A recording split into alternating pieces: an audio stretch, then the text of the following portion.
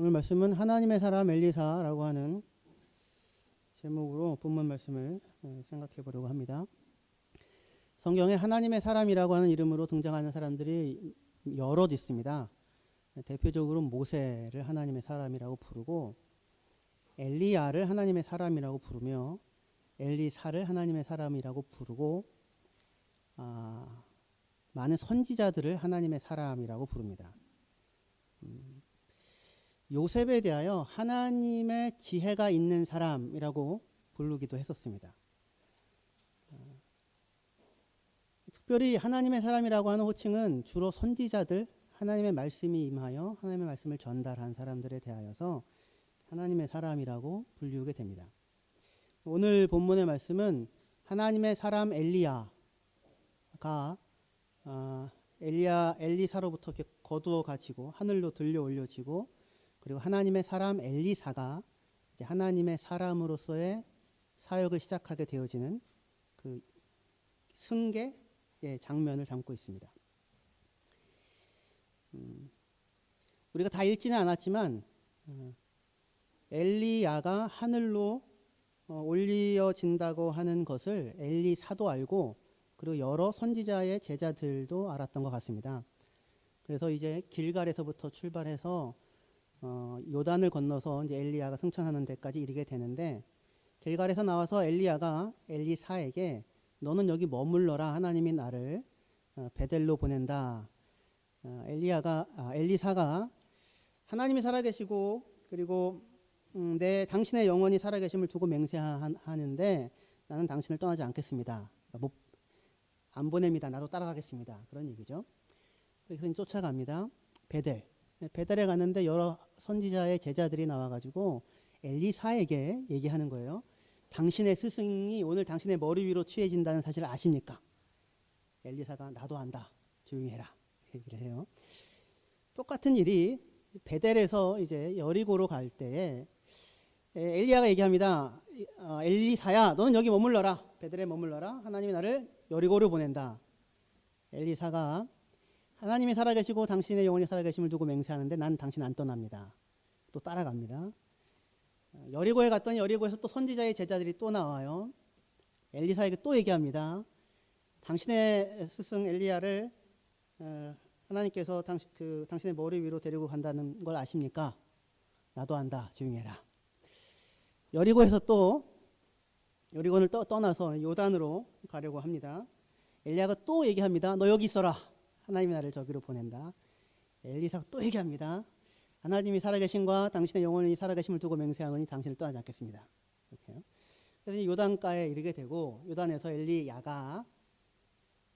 엘리사 스승과 제자입니다. 엘리야가 자기 겉옷을 털옷을 취하여서 요단을 치자 요단이 갈라져서 마른 땅같이 하여 그 땅을 건너가게 됩니다. 그리고 요단을 건너가 있을 때 불말과 불수레가 어떻게 되어 있는 건지 모르겠어요. 불이 말 모양이었는지, 불이 수레 모양으로 나타난 건지, 아니면 수레나 말에 불이 붙은 건지, 수레나 말에 불이 붙었는데 어떻게 안 죽고 안 타고 살아있는 건지, 그건 잘 모르겠는데, 하여튼 우리가 이해하기 어려운, 상상하기 힘든 어떤 모습으로 나타났는데, 그것을 통하여 엘리야가 하늘로 들어 올려지게 되는데, 그 직전에 엘리야와 엘리사가 나눈 그 대화가 오늘 저희 설교의 중요한 대상입니다. 엘리야가 3번씩이나 너 여기 머물러라 합니다. 나는 당신 못 보내겠습니다. 훌륭한 태도인가요? 인지상정일까요? 그죠? 자기 스승 이제 올라간다는 거 다 아는데 그냥 보내기는 쉽지 않겠죠. 사실상 어떻게 생각하면. 아무리 해도 이 엘리사가 자기를 떨어지지 않는 이 상황이고, 이제 목적지까지 왔고 이제 올라가야 하는 직전인데, 그래서 묻게 됩니다. 내가 너한테 뭘 해줘야 되겠느냐? 저에게 갑절의 영감을, 성령의 능력을 허락해 주십시오 라고 저희 성경 번역을 따른다면 그렇게 이야기를 합니다. 그랬더니 엘리야가 네가 어려운 일을 구하는구나. 내가 취해지는 것을 네가 보면 내가 너에게서 떠나가는 것을 보면 그 일이 이루어지거니와 그렇지 않다면 그렇지 않을 것이다. 이 얘기를 합니다. 엘리야가 올라가고 남아 있는 것은 엘리야의 겉옷이었어요. 그 겉옷을 취하여 엘리사가 나의 아버지여 나의 아버지여 이스라엘의 병거와 그의 마병이여 라고 부르고 애통해하며 옷을 찢고, 이건 전형적인 애통해하는 장면입니다. 왜냐하면 엘리야와 이제 완전히 헤어지는 거잖아요. 더 이상 보지 못하는 거니까요. 그렇게 하고는 엘리야의 옷을 취하여서 그것으로 요단을 치자, 엘리야의 하나님은 어디 계십니까 하면서 요단을 치자 갈라지고 그리고 그 길을 건너갔다라는 것입니다. 엘리야의 하나님은 어디에 계신 겁니까? 엘리사와도 함께 하시나요? 엘리사의 하나님도 되신 건가요? 그렇죠. 그죠? 엘리사의 하나님도 되신 거죠. 그래서 사람들이 와가지고 선지자의 제자들이 와서 엘리사에게 절을 하면서 그에게 예를 갖추는 것이 그 다음 장면에 나오게 됩니다. 이 장면, 이 이야기를 통하여 우리가 배울 수 있는 것은 무엇일까요? 우리가 배워야 하는 것은 무엇일까요? 알아야 하는 것은 무엇일까요? 성경이 우리에게 가르치고자 하는 내용은 무엇일까요? 보통은 이 본문을 가지고 우리는 어떤 얘기를 듣게 되냐면 끝까지 쫓아가야 된다. 끝까지 쫓아가서 포기하지 말아야 되고, 3번 너 여기 머물러 있으라고 했는데 거기 머물러 있었으면 큰일 날 뻔했다. 머물러 있었으면 그 엘리야 올라가는 거 못 보고 그러면은 영감 못 받을 것 아니냐, 뭐 이런 거죠. 끝까지 쫓아가야 되고, 그 다음에 간절히 구해야 되고, 그리고 구할 때 뭘 구했습니까? 갑절의 영감을 구했다고 들려지죠. 갑절의 영감을 구하고, 그러자 그 덕분에 엘리야보다 2배의 능력 있는 선지자로 사역하게 되었다 라고 보통 사람들이 이야기를 하게 됩니다. 그러니까 끝까지 포기하지 말고 쫓아가야 되고, 그리고 간구해야 되고, 간구할 때 이렇게 찌질한 거 구하면 안 되고 큰 거 구해야 되고, 그리고 그래서 그 은혜를 받아서 그 결과 하나님을 위해 큰 일을 하는 선지자가 되었다. 그렇게 이제 하나님께 간구해야 된다라고 하는 이야기를 듣게 돼요. 그러면 그것을 통하여 우리가 하나님에 대하여서 뭘 배울 수 있습니까?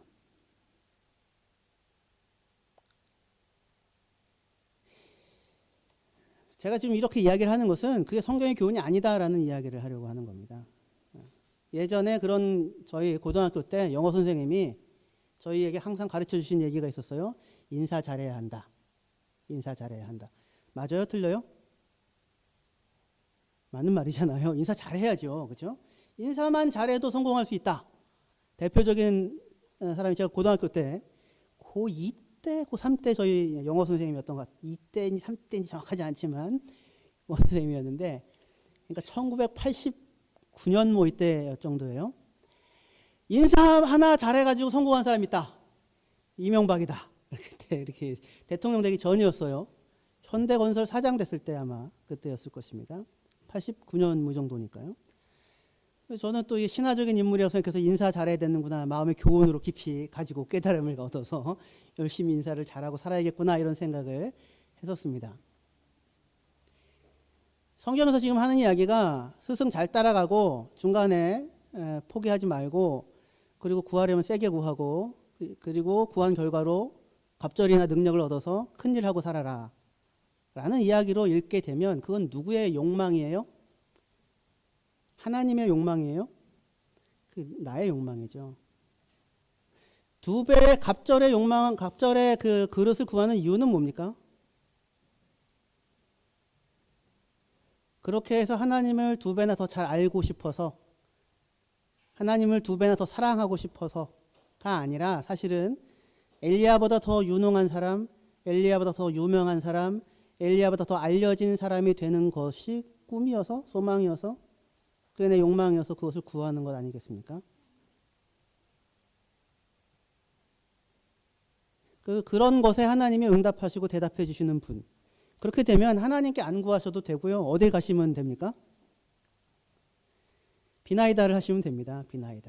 비나이다를 중단하지 않고 끝까지 하십시오. 중단하지 않고 끝까지 하셔서 세게 구하시고 크게 구하시고 줄 때까지 구하시고, 이런 식의 생각이 이제 이런 게 있는 거예요. 야곱이 약복강에서 하나님과 씨름, 천사와 하나님의 사랑과 씨름을 하지 않습니까? 그래서 야곱이 어떻게 해요? 나를 축복하지 않고는 놓아줄 수 없습니다. 라고 얘기를 하죠. 여기서 어떤 교훈이 있는 겁니까? 성경에서 그러면? 하나님께 축복을 구해야 하고 포기하지 말고 끝까지 붙잡고 붙들고 물고 늘어져야 한다. 이거죠.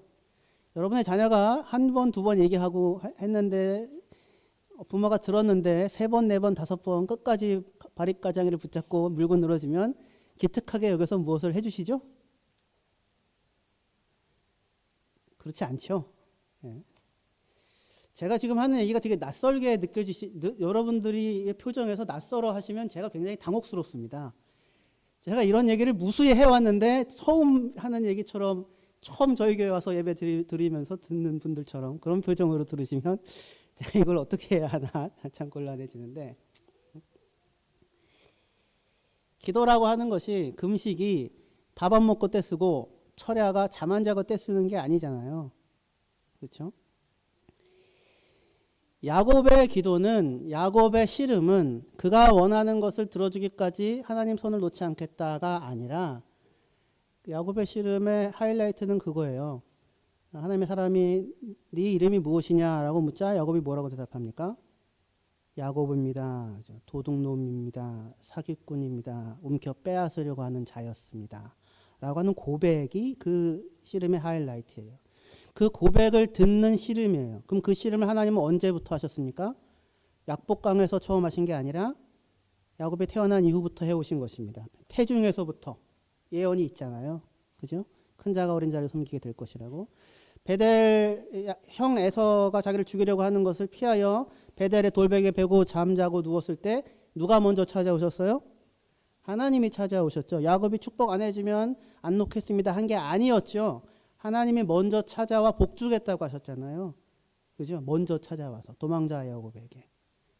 그리고 하나님이 진정으로 복을 주시려고 하시는 내용, 그것은 무엇이었냐면 어떤 그런 하늘의 이 땅에 기름진 복, 무슨 무화과 나무, 무슨 뭡니까 그 재산의 부유함, 늘어남, 명성 이런 게 아니라 누구를 주시기를 원하냐면 하나님 자신을 주시기를 원하셨다고요.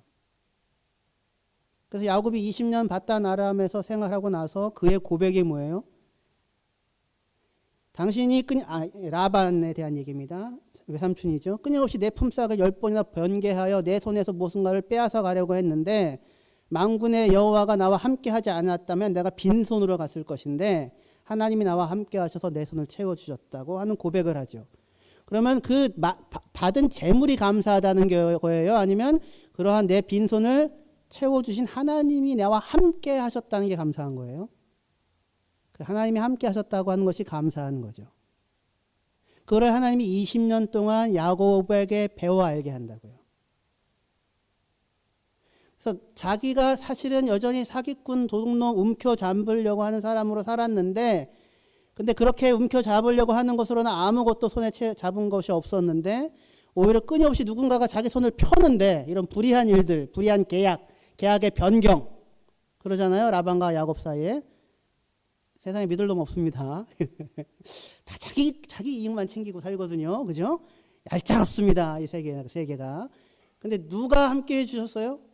하나님이 함께 해주셔서 나를 빈손으로 가지 않게 하셨습니다. 그 하나님이 함께 하셨다라고 하는 것. 그것이 야곱의 축복이에요. 야곱이 알게 된. 그러니까 그 야곱의 씨름은, 약복강에서의 씨름은 나 축복하지 않으면 안 보내주겠다라고 여전히 그 속에서도 붙들고 있는데, 에서 앞에서. 그런데 그 사실은 씨름은 누구 뒤집어 보면 하나님의 야곱과의 긴 씨름이었다고요. 도망자 야곱으로 가면서부터, 베델에서부터. 그래서 마침내 너 누구냐? 예, 저 도둑놈 사기꾼입니다. 내게 필요로 하는 것을 나 스스로 만들어 가질 수 없는 사람이어서 남의 것을 취하여 비록 그것을 가지려고 하는 그런 존재입니다. 그런데 하나님이 나의 손에 채워주셨습니다. 라고 이야기하게 하는 하나님의 씨름인 것이죠. 지금 이 엘리야 엘리사의 이 선지자의 승계 2양도 그런 이제 관점에서 우리가 들여다보고 생각을 해야 하는 것입니다.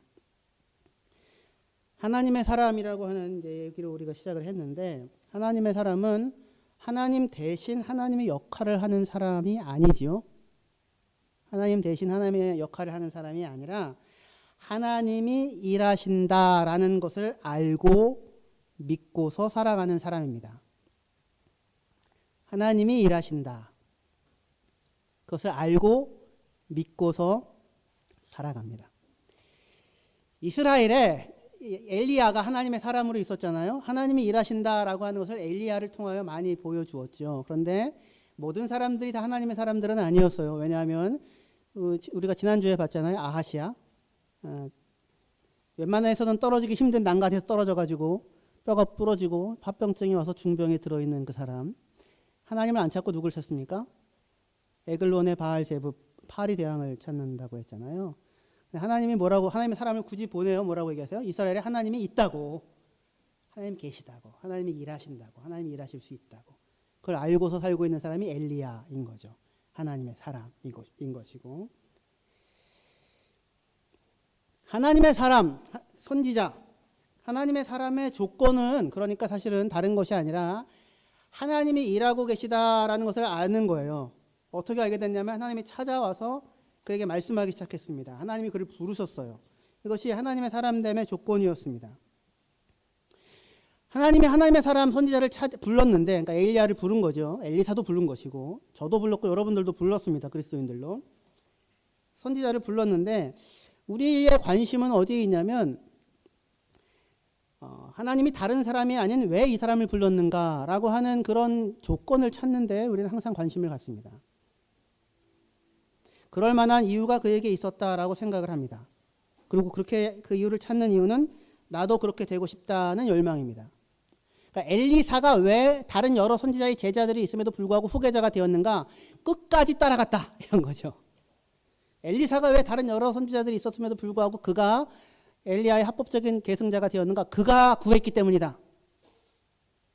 이제 우리의 대답인 거예요, 이유를. 그런데 사실은 이렇게 생각해 보십시오. 엘리사는 언제 엘리야의 합법적인 계승자, 승계자로 부름을 받았습니까? 여러분들이 아시겠지만 수줍어서 대답을 못 하신다고 생각하고 제가 대답을 해드리겠습니다. 지금 여기 저에게 갑절이 영감을 주십시오. 그래서 엘리야의 털옷을 붙잡고 쳤더니 강이 갈라졌더라. 이때부터 합법적인 계승자가 된 것이 아닙니다. 그게 아니라 훨씬 전에 열왕기상 19장에 엘리야가 로뎀나무 밑에서 이렇게 그 18장 로뎀나무 밑에서 이렇게 지쳐 있을 때 하나님이 그를 그 호렙산으로 데려가시고는 불과 바람과 뭐 이런 걸로 보이시고 나중에 세미한 음성으로 말씀하시고는 엘리야에게 그 앞으로 하나님이 행하실 일들을 보여주시는 가운데 주여 세 가지를 얘기하거든요. 엘리야야, 네가 가서 아람에 가서 하사엘에게 기름을 부어라, 왕으로 삼아라. 예후에게 기름을 부어 왕으로 삼아라. 그 다음에 또 하나, 엘리사를 너의 뒤를 잇는 선지자로 세워라. 이렇게 해요. 그래서 엘리야가 제일 먼저 뭘 하냐면 아람으로 안 가고 엘리사를 찾아가서 자기 뒤에 후계자로 선지자로 세웁니다. 제가 볼 때는 엘리야가 너무 지쳤습니다. 그래서 빨리 자기 후계자를 세우고 싶은 마음이 간절했던 것 같은데, 언제 엘리사가 하나님의 사람으로 세워졌냐면 열왕기 하 2장에서 간구해서 세워진 게 아니라 그 훨씬 전에 하나님이 이미 엘리사를 엘리야의 뒤를 잇는 선지자로 세우셨다고요. 하나님이 선택하셨다는 말입니다. 하나님이 선택하셨는데 왜? 어떠한 이유로에 대한 이야기가 성경에는 없어요. 그런데 우리는 그 이유를 자꾸 찾습니다. 왜요? 하나님을 더 사랑하기 싶어서? 하나님을 더 알기 원해서? 그게 아니라 유명해지고 싶어서, 남들보다 나아지고 싶어서, 찌질하지 않은 인생을 살고 싶어서, 이름 내고 싶어서, 그렇게 해서 하나님 그 비결을 찾는다고요. 남들보다 나은 인간이 되기 위하여 비결을 찾습니다. 그럼 그렇게 되면 비결은 언제든지 찾아지죠. 이게 우리의 항상 모습이에요. 하나님께서 다윗을 왕으로 세우시죠? 이유가 뭡니까? 하나님의 마음에 합한 사람이기 때문에요. 그죠?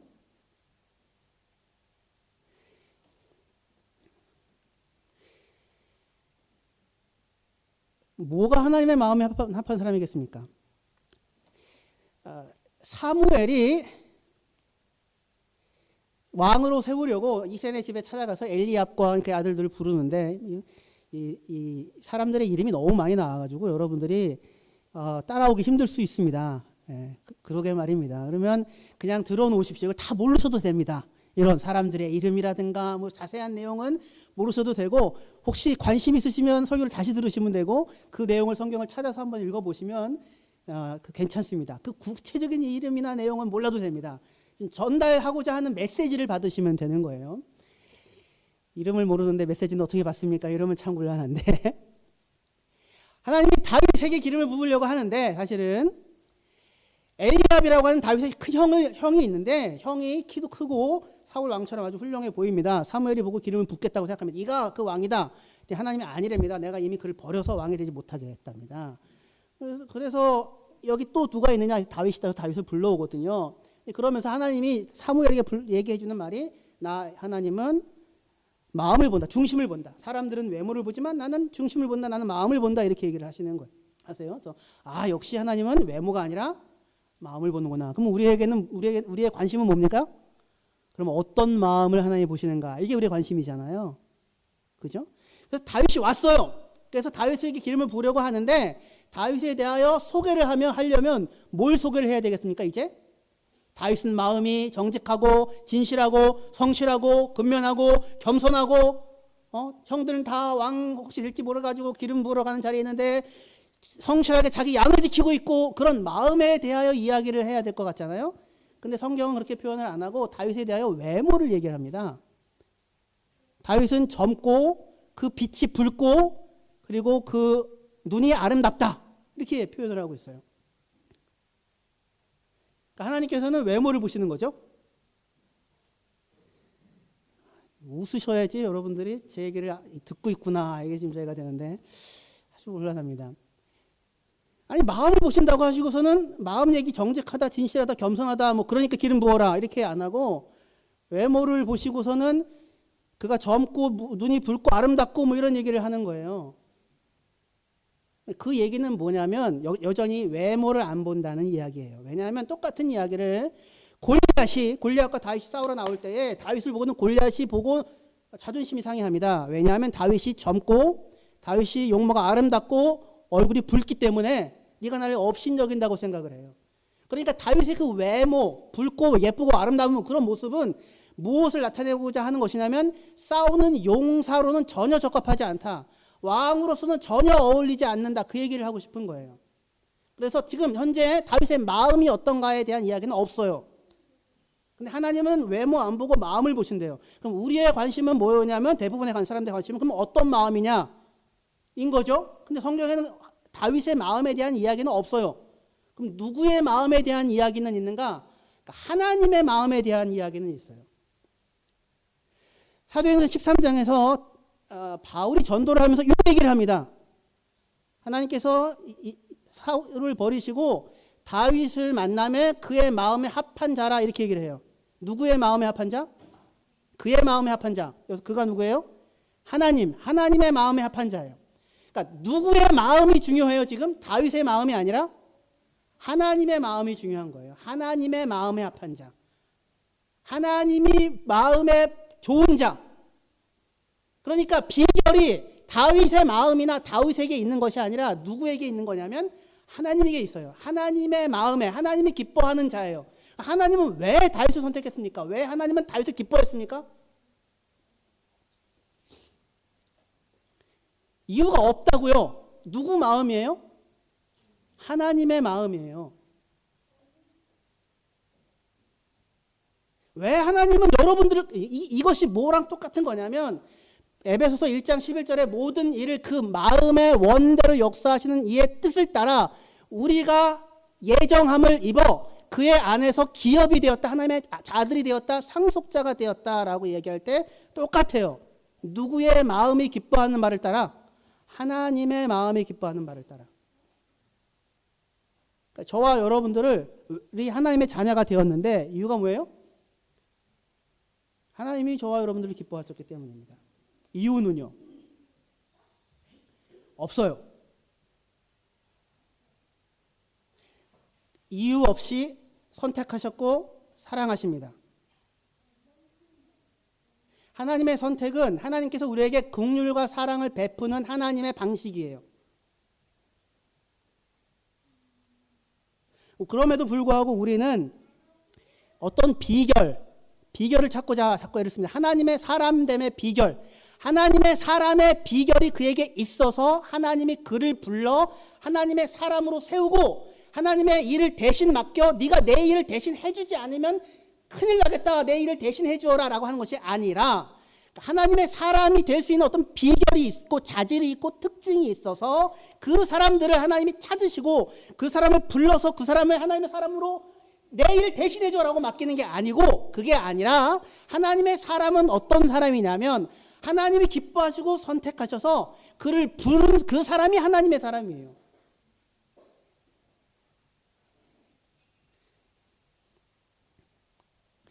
하나님이 선택하셔서 하나님과 함께 삶을 살아가기 시작한 사람이 하나님의 사람입니다. 우리에게는 이런 생각이 있어요. 하나님의 사람이 되려면 어떤 특별한 자질과 재능과 요소와 능력이 있어야 한다라는 생각을 한단 말입니다. 그렇게 하는 이유는 그 사람이 꼭 필요해서, 그런 자질을 가지고 있는 사람이 꼭 필요해서, 마치 하나님이 그러한 자질이 있는 사람이 아니면 하나님의 일을 하지 못하기라도 하시는 양. 그러니까 하나님이 다윗을 선택하신 이유가 뭐예요? 다윗이 아니면 하나님이 하실 수 있는 일을 하나님이 못하기 때문이 아니라, 하나님이 다윗을 선택하신 이유는 다윗을 통하여 하나님께서 어떻게 한 사람을 선택하여 사랑하셨으면 그의 상황과 자질과 어리석음과 미련함에도 불구하고 자기의 약속을 변개치 아니하고 끊임없이 그를 찾아가 그를 세우고 그를 돌이키고 그의 아버지가 되고 그의 왕이 되고 그의 목자가 되고 그를 빚어가시는 분이 되어주시는가 라고 하는 것을 보여주기 위하여 다윗이 선택이 되는 거예요. 왜 그렇습니까? 다윗의 아들들 중에 다윗보다 나았다라고 하는 이름으로 평가되는 왕이 있어요, 없어요? 다 다윗만 못하였더라 해요. 다 다윗만 못하였더라. 그러면 그 다윗만 못하였더라라고 하는 그 왕들에 대하여 하나님이 여전히 그들을 왕으로 세우고 그들에게 간섭하고 그들에게 은혜를 베풀고 그들의 기도에 응답해야 될 이유가 있어요, 없어요? 우리의 생각에는 없어 보인다고요. 근데 하나님은 어떻게 해요? 다 다윗만 못한데 그 왕들의 세계 속에 아하시아임에도 불구하고 이스라엘 가운데는 왕이 있다고 하나님이 선택하셨다고. 그 조건과 이유를 그들이 하나도 충족하지 못해요. 다 다윗만 못해요. 다윗은요? 다윗은 나았습니까? 다윗은 훌륭한 사람의 전형으로 등장되는 게 아니에요. 하나님이 기뻐하여 선택한 사람을 어떻게 하나님께서 당신의 사람으로 빚어가고 세워가시는가 라고 하는 증거자인 것입니다. 하나님의 사람은 하나님의 사람다운 사람이기 때문에 선택하는 것이 아니라 하나님이 그에게 찾아가 그와 함께 삶을 시작하고 하나님이 일하시는 것을 통하여 하나님이 누구인지를 보이시고 하나님이 누구인지를 가르치시고 하나님이 누구인지를 배우게 하시고 하나님이 누구인지를 겪게 하시는 것을 통해 하나님을 알게 하여 그를 하나님의 사람으로 세워가시는 것입니다. 무슨 이야기인지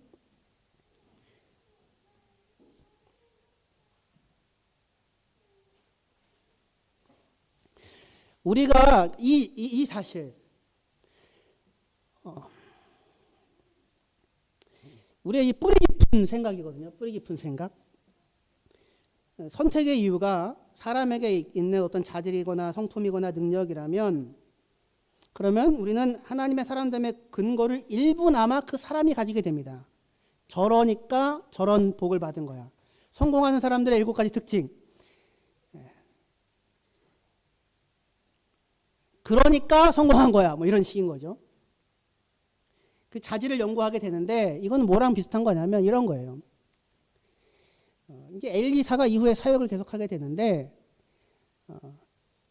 기근이어서 먹을 게 없습니다. 그래서 국을 끓이는데 뭐 온갖 것들 채소를 다 넣어요. 근데 밖에 나가서 어떤 사람이 뭔지 모르고 뭐 호박이니 뭐 이런 걸 갖고 와가지고 국에 넣었는데 독이 있다, 써서 먹을 수가 없다, 막 이런 상황인 겁니다. 엘리사가 가가지고 가루를 집어넣습니다. 그랬더니 먹을 수 있게 됐어요. 예. 그럼 여기서 우리는 뭘 배워야 하겠습니까? 하나님은 이러한 곤고한 상황에서도 큰 기적이잖아요.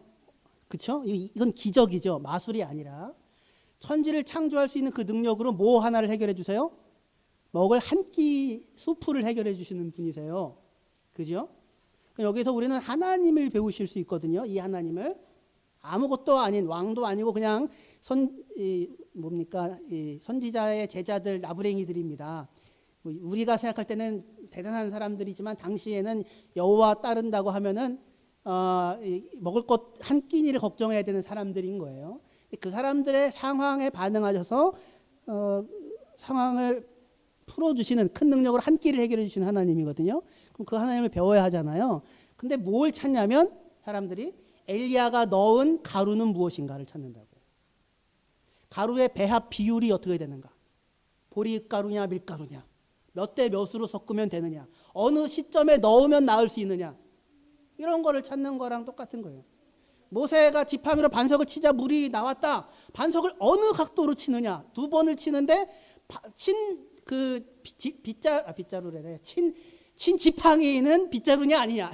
이런 거를 찾는 거라고요. 나아만이 7번 요단강에 들어가서 나왔잖아요. 그럼 거기서 뭘 배워야 됩니까? 하나님께서 그 사람의 병을 고쳐주셨구나. 아람 사람인데도 불구하고 찾아온 사람을 고쳐주시는구나를 하나님을 배워야 하는데, 사람은 하나님을 배우고 하나님을 만나려고 하지 않고 항상 그 근거와 이유와 방법을 찾고, 그래서 그것을 내가 알아서 내가 해서 나도 그 무언가가 되고 싶은 거예요. 그래서 요단강에 7번 들어가기, 요단강에 어느 지점으로 들어가 있느냐, 계절이 언제냐, 물의 성질이 어떠냐, 이런 거를 찾는다고요. 아무 이유가 없는 거잖아요. 근데 사람들은 그를 부르신 하나님, 그러한 연약한 상황에서 호소할 때에 찾아와 큰 능력으로 한 끼를 해결해 주시는 하나님, 그 하나님이 나의 하나님임을, 그 하나님이 이스라엘 가운데 항상 계셨음을, 그 하나님을 배우고 그 하나님이 내 삶의 동행에 오심을, 내 태어나서 지금까지 오늘 여기에 이르기까지 단 한 번도 나를 떠나지 아니하고 내 빈손을 늘 채워오시는 분이셨음을, 그 하나님을 알고 그 하나님을 배우고 그 하나님을 경외하고 그 하나님이 일하시는 것을 기대하고 그 하나님을 신뢰하고, 그래서 두려워하지 않고 낙심하지 않고 절망하지 않고 소망을 가지고, 그죠?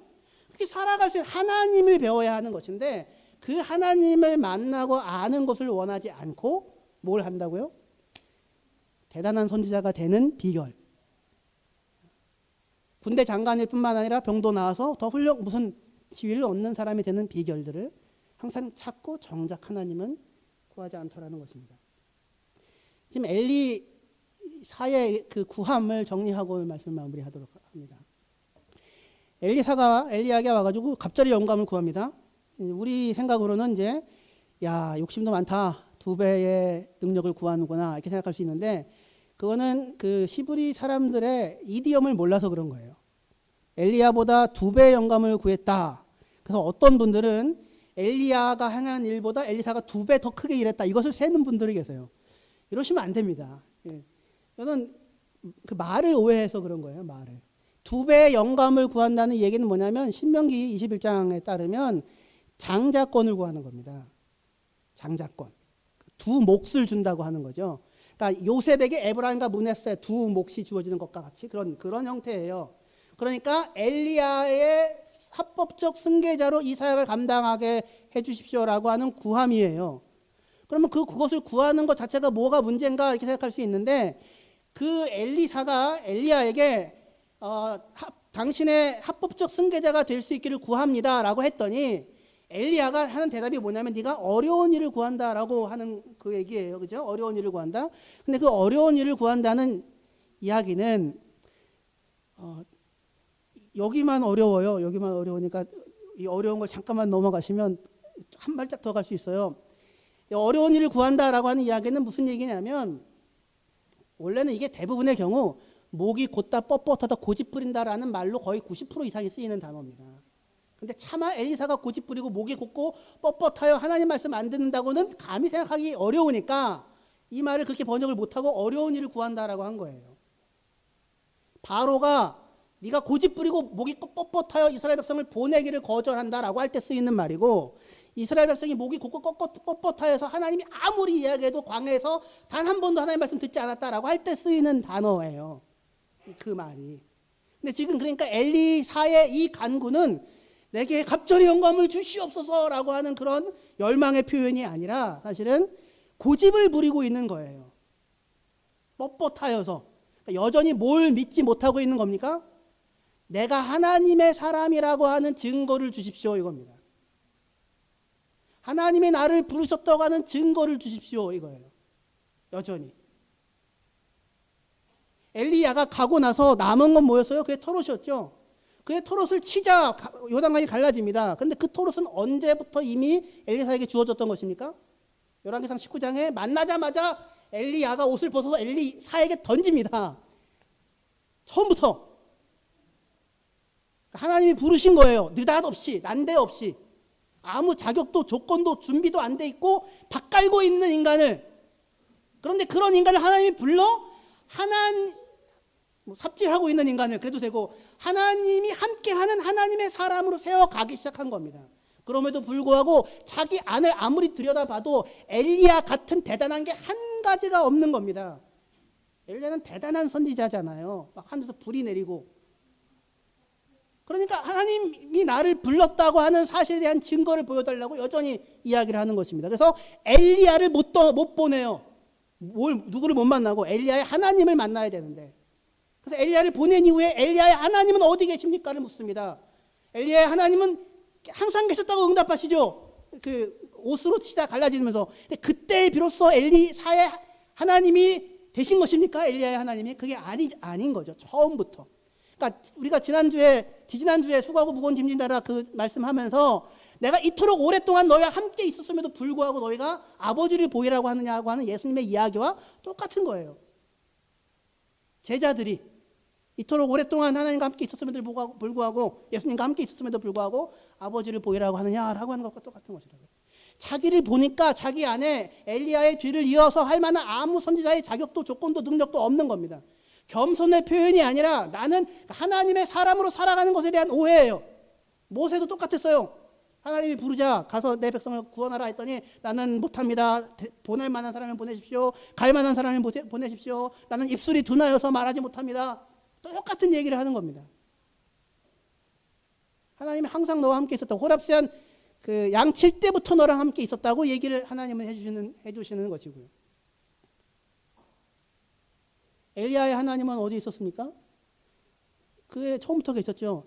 자기가 자격과 조건과 자질이 있어서 불러진 것이 아니라 하나님이 부르셔서 하나님의 사람으로 삶을 시작하게 된 것입니다. 그리고 하나하나 하나님이 그의 인생과 삶 가운데서 당신이 어떠한 분이신지를 보여주시고 드러내시고 나타나십니다. 이유 없는. 하나님이 왜 여러분을 선택하셨습니까? 여러분에게 뭐가 있습니까? 저야 뭐 얼굴 잘생긴 거 이거 하나 있지만, 웃어주셔서 감사합니다. 그래서 갑자기 째려보시면 안 됩니다. 여러분에게 무엇이 있어서 하나님의 사람으로 선택하셨습니까? 그 이유가 없습니다. 그게 하나님의 사랑입니다. 하나님의 신비입니다. 여러분이 생각할 때 하나님 어떻게 저 사람이 같이 나와 함께 예배드리는 교회 공동체의 구성원이죠? 그러게요. 그 이유가 없습니다. 하나님이 기뻐하셔서 선택하셨다고요. 긍휼을 베푸시는 하나님의 방식이에요. 그리고 그에게 하나님이 끊임없이 자기가 어떠한 분이신지를 보이십니다. 엘리야의 고민은 이거예요. 엘리야의 고민은 엘리야의 절망이기도 하고, 하늘에서 불을 내려서 사람을 죽일 수도 있고 하늘에서 불을 내려서 이 큰 일을 이루실 수도 있는 하나님이 어찌하여 사람 하나의 마음을 바꿔놓는 일은 이렇게도 무능하시단 말인가. 아합의 시대에 무수한 기적과 기근과 비를 내리는 것과 불을 내리는 그런 능력 있는 일을 하실 수 있는 분이신데 어찌하여 사람 하나, 아합 왕의 마음 하나, 지도자의 마음 하나를 바꾸시는 데는 이토록 무능한단 말인가가 엘리야의 고민이었어요. 그런데 그것을 뒤집어서 물어보면 어떻게 돼요? 도대체 인간이란 어떠한 존재이길래 하나님께서 이렇게 무수하게 사랑과 은혜와 기적과 긍휼을 끊임없이 베풀면도 불구하고 여전히 하나님을 알지 못하고 하나님을 배우지 못하고 하나님을 사랑하지 못하고 하나님의 마음을 외면하고 산단 말인가? 그러한 사람들에 대하여 하나님은 여전히 누구를 선택하십니까? 엘리사를 선택하셔서 너 아무것도 없는 거 나 알아. 너 아무것도 없는 거 나 알아. 내가 너를 하나님의 사람으로 불렀어. 내가 너와 함께하여 내가 누구인지를 보이고 드러내고 나타낼 거야. 바알에게 무릎 꿇지 아니한 7,000명 그런 사람들 하나하나 세워갈 거야 라고 여전히 말씀을 하고 계시는 분. 그렇게 하여 부름받은 자들이 저와 여러분들인 것입니다. 이분과 하나님을 알고 하나님을 배우고 하나님과 동행하는 이 설레는 인생길을 살아가셨으면 좋겠습니다. 그를 위하여 대단한 일을 하고자 고민을 머리를 쌓아매지 마시고 하나님이 내 안에 이루어 가시는 대단한 일이 무엇인지를 눈을 열고서 보시기를 바랍니다. 길에 보내셨는데 이 안에서 하나님이 대단한 일을 이루어 가실 것입니다. 무슨 큰 성취가 아닐 수도 있습니다. 박사학위 받아갔다고 하는 것 자체가 최고가 아닐 것입니다. 하나님을 만난 것이 가장 큰 자랑이죠? 예. 예. 기도하시겠습니다.